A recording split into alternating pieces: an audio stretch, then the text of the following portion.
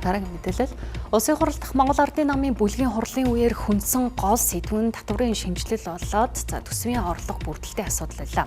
Засгийн газраас энэ онд багтаан татврын багц хуулийн төслийг улсын хуралд өргөн барих юм байна. Энэ өөрчлөлтөөр 2.8 их найдын татвар хураамжийн төлбөр эргэн аж ахуйн нэгжүүд дээр хүлдэх тооцоолол гарчээ.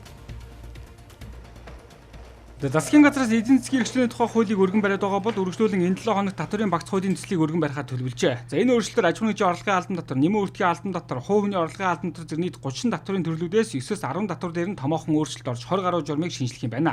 За энэхүү өөрчлөлтөөр эх онд эргэн аж ахуйн нэгжүүд дээрх татврын дарамт 2.8 их найдаар буурна гэж үзэж байна. За гэхдээ энэ хэмжээгээр улсын төсвөөр 4 их найдаар хэмжигдэх орлогын дарамт үүснэ гэлээ.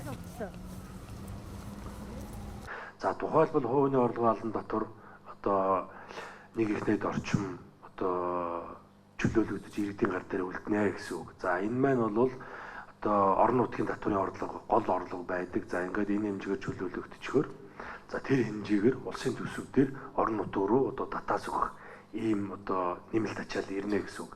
Тэгэхээр 2.8 их найд дотор маань одоо нөөтийн татварч орцсон явж, хувь хүний орлого аж ахуйн нэгжийн орлого албан татвар орцсон явж байгаа. Нэг талдаа ийм хэмжээгээр орлого буурна.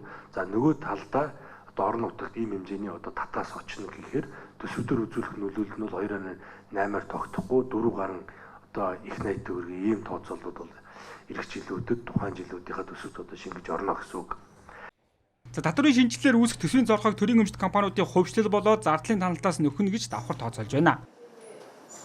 Төрийн өмчт компаниуд дээр даргын цүнх баригчнаар томилогдож төрийн өмчөөс хомслох, хулгайлах энэ асуудлыг цэгцлэх энэ зорилгоор бас тодорхой ажлууд хийгдэж байгаа. Энэ хүн томоохон ч ажлууд үр дүн гарч байгаа. Ингээд 2026-аас 2028 онд Монгол улсын засгийн газраас төрийн өмчийг ил тод нээлттэй үр ашигтай өгөөжтэй болгох энэ хувьчлах, худалдах энэ бодлогоо их хурлд бас өргөн барьсан. Энэ 7 хоногт Монгол улсын их хурл хэлэлцэнэ.